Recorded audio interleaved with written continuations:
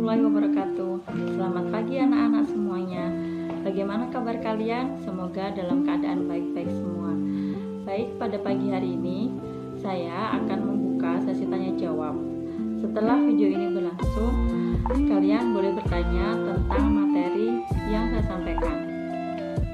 Saya sudah membagikan materi di grup WA tentang etika komunikasi, tata cara berbicara atau menyapa menggunakan bahasa Indonesia yang baik dan benar.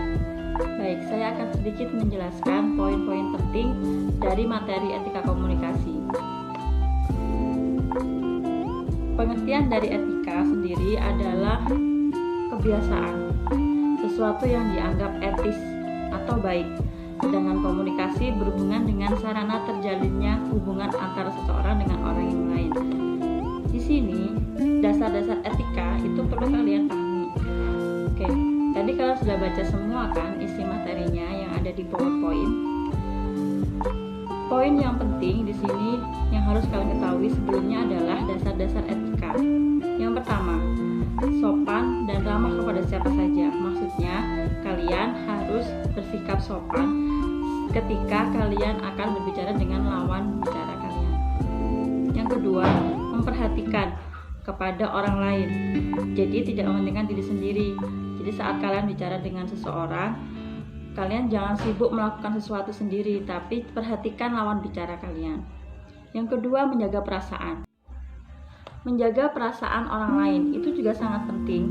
Jadi jangan sampai saat kalian berbicara dengan lawan bicara kalian sampai menyinggung perasaannya. Jadi misalnya kalian bercanda yang terlalu berlebihan sampai membuat orang lain tidak nyaman, itu juga mengganggu etika, juga termasuk juga mengganggu perasaan orang lain. Jadi sampai orang lain merasa tersinggung atas omongan kalian, itu mengurangi etika berbicara. Yang berikutnya, ingin membantu. Jadi usahakan saat kalian bicara itu kalian merasa perhatian, kalian ingin membantu teman kalian tadi. Mungkin ada teman yang ingin curhat atau sekedar berbagi cerita.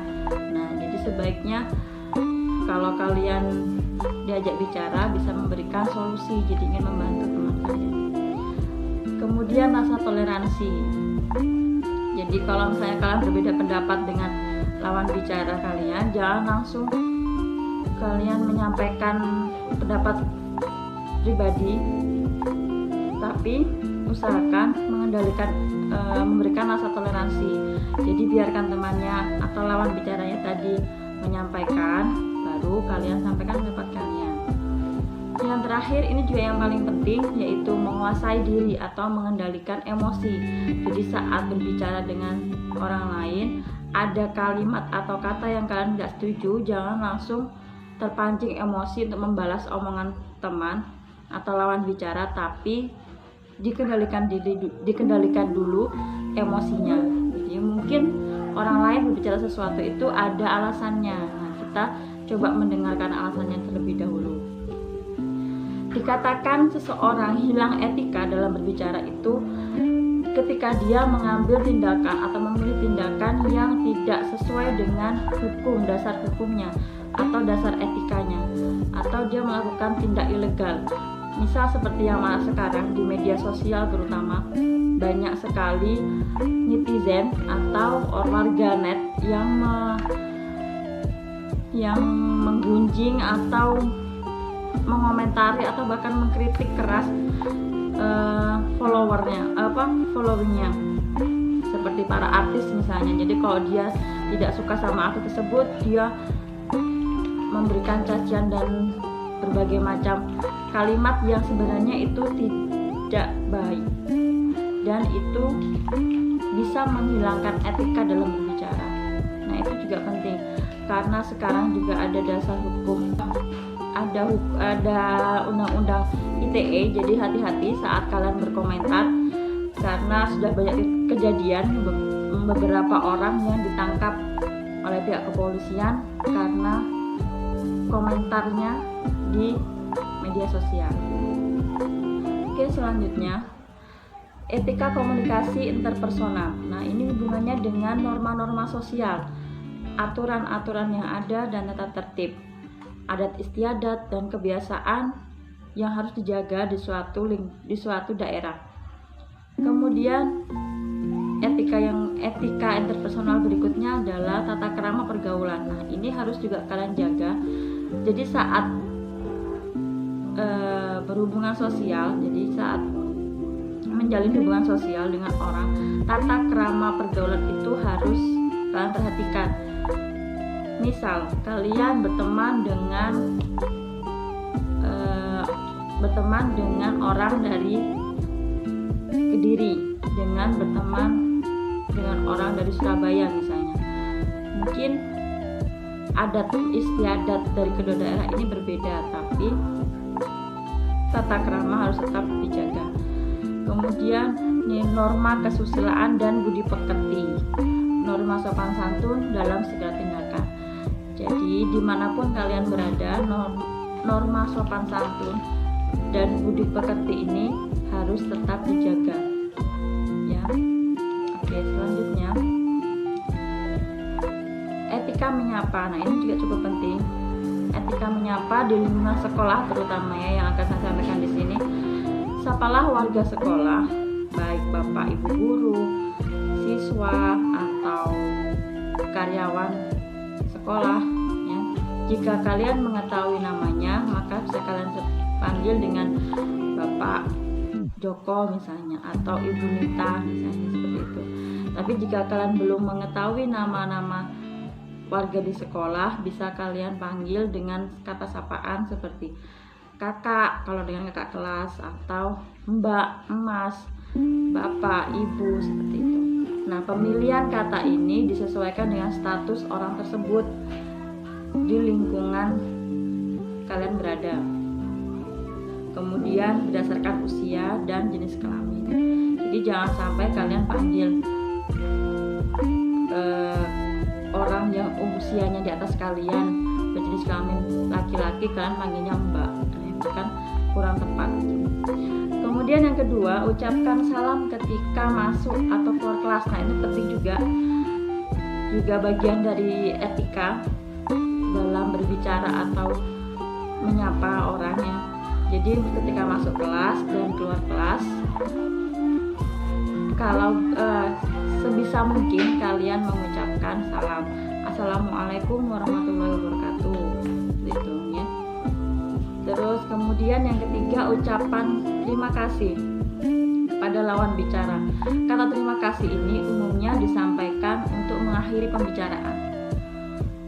Misalnya saat kegiatan belajar mengajar di kelas, setelah Bapak Ibu guru menyampaikan materi, kalian bisa mengucapkan terima kasih Bapak atau terima kasih Ibu atas penjelasannya, seperti itu. Nah, yang keempat, memberikan respon dalam pembicaraan ya atau baiklah. Nah, jawaban ini bisa disampaikan jika diperlukan. Di sini memberikan makna bahwa kalian merespon pembicaraan lawan bicara kalian. Oke, selanjutnya ini yang penting juga, hal-hal yang perlu diperhatikan dalam berbicara. Yang pertama, fokus pada lawan bicara. Yang kedua, jaga sikap tubuh dan tetap sopan. Perhatikan juga volume suara kalian dalam percakapan dengan lawan bicara, ya. Kalau dengan orang yang lebih tua, kalau berbicara harus dengan nada yang lebih rendah, gitu. Jangan terlalu mendominasi percakapan, ini juga penting. Jadi saat kalian berkomunikasi dua arah dengan teman atau dengan lawan bicara yang lain, jangan sampai kalian mendominasi pembicaraan. Mendominasi pembicaraan itu maksudnya kalian berbicara banyak sekali panjang lebar tentang segala sesuatu yang ingin kalian ceritakan, sedangkan lawan bicaranya pasif, hanya mendengarkan saja. Nah, itu juga tidak baik. Kemudian hindari kata-kata sulit.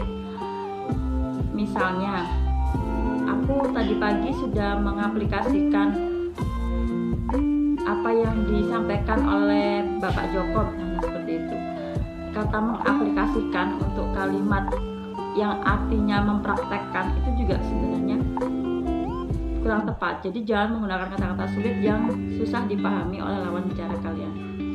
Kemudian pertimbangkan diksi. Nah, ini berhubungan dengan yang tadi, diksi atau pilihan kata.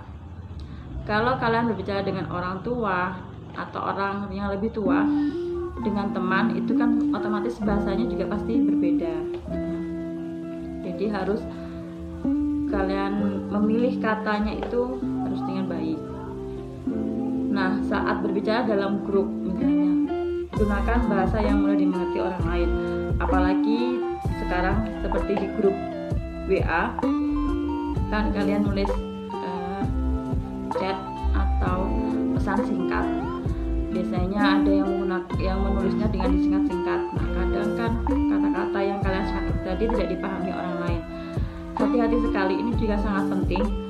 Saat kita menuliskan sesuatu di chat atau di pesan singkat, antara yang ingin kalian sampaikan dengan apa yang tersampaikan atau yang ditangkap oleh si pembaca ini kadang berbeda.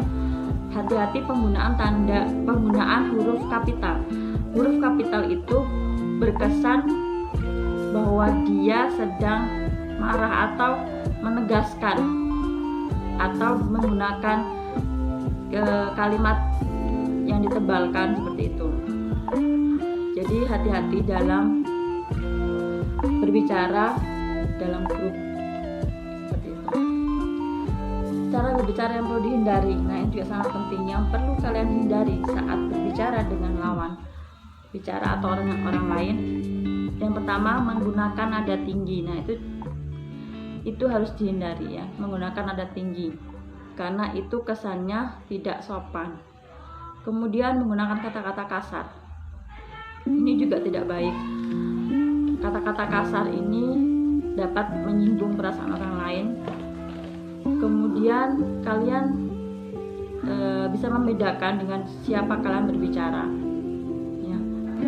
Yang ketiga, menatap lawan bicara secara berlebihan. Jadi saat kalian berbicara, kalian melihatnya dengan seperti ini dalam waktu yang lama. Nah, itu juga termasuk cara berbicara yang berlebihan. Jadi itu sebaiknya dihindari. Itu seperti kesannya menantang orang lain atau orang yang diajak bicara. Yang keempat, bercanda secara berlebihan. Nah, yang tadi saya sampaikan di awal, kalian niatnya bercanda, tapi yang terlalu berlebihan atau bercanda yang berlebihan akan menyinggung perasaan orang lain. Misalnya, kamu kok tambah kurusan. Nah, seperti itu. Mungkin buat kalian itu bercanda, tapi orang lain yang merasa bahwa dirinya tidak kurus akan merasa tersinggung. Oh, dia nyindir saya berarti ya. Itu juga hati-hati. Yang kelima, mendebat atau membantah dengan cara arogan. Arogan itu dengan cara yang sombong. Jadi kalau kalian beda pendapat dengan teman saat berbicara, jangan langsung enggak seperti itu. Nah, itu juga tidak bagus juga. Itu mendebat atau membantah secara arogan, itu juga tidak baik. Yang terakhir, kritik keras yang melukai perasaan. Nah, ini mungkin kalau kalian punya ide atau punya pendapat, itu lebih baik disampaikan dengan bahasa yang halus. Jangan sampai memberikan kritikan yang menyinggung perasaan orang lain. Baik, pada video berikutnya saya akan memberikan contoh saya akan memberikan contoh sedikit percakapan yang benar dan yang salah. Nanti kalau misalnya ada yang perlu dikoreksi, kita akan lanjutkan di sesi tanya jawab. Terima kasih atas perhatian kalian. Semoga apa yang saya sampaikan pada pagi hari ini bermanfaat, dan selamat menyaksikan video selanjutnya. Wassalamualaikum warahmatullahi wabarakatuh. Fir, sini. Wah, kita lama gak berjumpa ya. Bagaimana kabarmu, Firna? Alhamdulillah baik, kamu sendiri gimana? Alhamdulillah, aku juga baik. Jadi apa aja kegiatan kamu di rumah selama pandemi ini? Kegiatan aku selama di rumah ini banyak banget. Ya, mulai dari membantu tantaku,